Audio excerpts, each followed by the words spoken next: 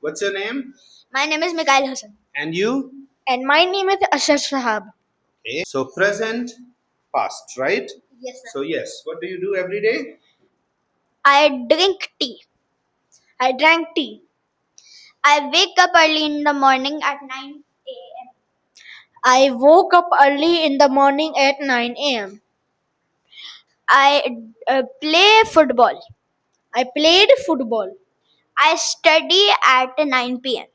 I studied at 9 p.m. I eat my lunch at 6 p.m.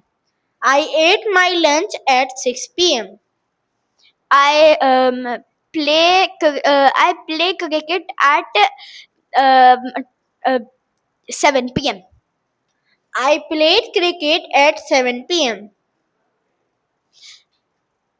I sit on the chair.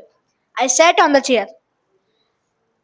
I I sleep at 11 p.m.